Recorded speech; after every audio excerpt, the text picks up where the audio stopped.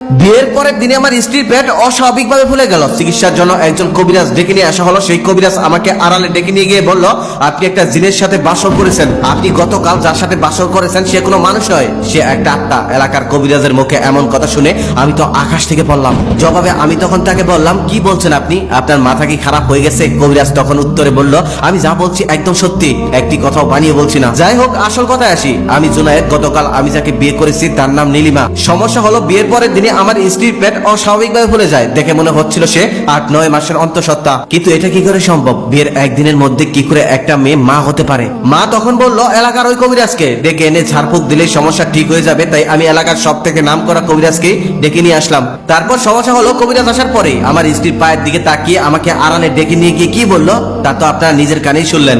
আমি তখন কবিরাজকে বললাম, আপনি যা বলতেছেন তার প্রমাণ দিতে পারবেন তো? কবিরাজ তখন বলল, আমার কোনো প্রমাণ দিতে হবে না, আপনি নিজেই তার প্রমাণ পেয়ে যাবেন। আমি তখন বললাম, কিভাবে? কবিরাজ তখন বলল, তুমি তোমার স্ত্রীর কাছে গিয়ে পা দেখতে চাইবে। যদি সে কোনো সাধারণ মানুষ হয় তাহলে সে তোমাকে পা দেখাবে, আর যদি সে সাধারণ মানুষ না হয় তাহলে পা দেখাতে চাইবে না। আর যদি পা না দেখাতে চায় তাহলে তুমি বুঝে নিও সে কোনো সাধারণ মানুষ নয়, সে একটা ভয়ঙ্কর আত্মা। কারণ আত্মাদের পা মানুষের মতো সোজা থাকে না, আত্মাদের পা উল্টো থাকে। আমি তখন কবিরাজকে জিজ্ঞেস করলাম, তাহলে তার পেট ফুলে যাওয়ার কারণ কি? কবিরাজ তখন বলল, সে মা হতে চলছে। আমি তখন সেই কবিরাজকে অবাক হয়ে বললাম, এটা কি করে সম্ভব? একদিনের মধ্যে কি করে মা হওয়া যায়? কবিরাজ তখন বলল, এর ব্যাখ্যা আমার কাছেও নেই, কিন্তু সে যে মা হতে চলছে এটা একদম সত্যি। কবিরাজ তখন উল্টো আমাকে জিজ্ঞেস করলো, আচ্ছা বিয়ের দিন আসার সময় কোথাও কি তোমাদের বরযাত্রীর গাড়ি থামিয়েছিলে? আমি তখন একটু ভয় পেয়ে গেলাম আর বললাম, হ্যাঁ, একটি জঙ্গলের ভিতরে আসার পর আমাদের গাড়িটা নষ্ট হয়ে গিয়েছিল, আর সেই জন্যই সেখানে আমাদের গাড়িটা থামাতে হয়েছিল। আর আমিও সেখানে গাড়ি থেকে নেমে ড্রাইভারকে গাড়ি ঠিক করতে সাহায্য করেছিলাম। কবিরাজ তখন অবাক হয়ে বলল, সেখানে ওই আত্মাটা তোমার স্ত্রীটাকে সরিয়ে নিজের জায়গা দখল করে নিয়েছে, আর নিশ্চয়ই তার কোনো সুপ্ত কামনা বাসনা আছে। কবিরাজের ওই কথাগুলো আমি কোনোভাবেই বিশ্বাস করতে পারছিলাম না। তাই আমি মনে মনে সিদ্ধান্ত নিলাম, আমি নিজেই এর প্রমাণ করে ছাড়বো আজ। আমি একজোড়া নূপুর কিনেছিলাম, সেই নূপুর জোড়া নিয়ে আমি আস্তে আস্তে ঘরে প্রবেশ করলাম। নীলিমা আমার হাতে নূপুর দেখেই কিছুটা অবাক হলো। আমি তখন নীলিমাকে বললাম, তোমার পা জোড়া দাও তো, আমি নিজ হাতে নূপুর পরিয়ে দেই। নীলিমা তখন আমতা আমতা করে বলল, এখন পড়তে হবে না, টেবিলের উপর রেখে দাও, আমি রাতে পরে নেব। নীলিমার মুখে এমন কথা শোনার পর আমার সন্দেহটা আরো গাঢ় হলো। আমি তখনই মনে মনে সিদ্ধান্ত নিয়ে ফেললাম, এখন পা না দেখতে দিলেও রাতে ঘুমানোর পর যেভাবেই হোক আজকে আমার ওর পা দেখতেই হবে। ওই কবিরাজ যা বলেছে তা সত্য কিনা এটা আমাকে প্রমাণ করতেই হবে।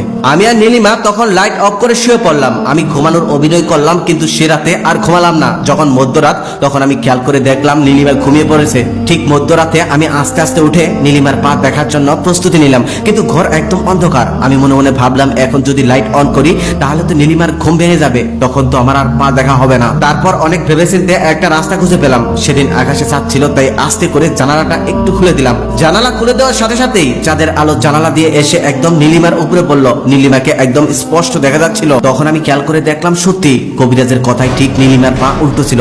এমন অবস্থায় এমন ঘটনা দেখে আমার গলা একদম শুকিয়ে যাচ্ছিল। পা দেখার পর নীলিমার পেটের উপর যখন আমার চোখ পড়লো তখন আমি খেয়াল করে দেখলাম, সত্যি নীলিমার পেটে একটি বাচ্চা। কিন্তু এই বাচ্চা সাধারণ কোনো বাচ্চা নয়, এই বাচ্চার পুরো শরীরে ছিল লোমে ভরা, অনেকটাই শিম্পাঞ্জির মতোই দেখতে। গল্পটা কাল্পনিক, কেউ দয়া করে বাস্তবতার সাথে মিলাবেন না। আর প্রথম পর্ব দেখে কেউ বাজে মন্তব্য করবেন না। গল্পটি একটি রহস্যজনক গল্প, সবার মতামতের উপর ভিত্তি করে পরবর্তী পর্ব দেওয়া হবে। পরের পর্ব দেখতে চাইলে এই পর্বতে লাইক শেয়ার করুন ও কমেন্টে জানান। এই পর্বতে লাইক শেয়ার কমেন্ট করে রাখলে দ্বিতীয় পর্ব আমি আপলোড দেওয়ার সাথে সাথে আপনারা পেয়ে যাবেন। কষ্ট করে খুঁজে দেখতে হবে না।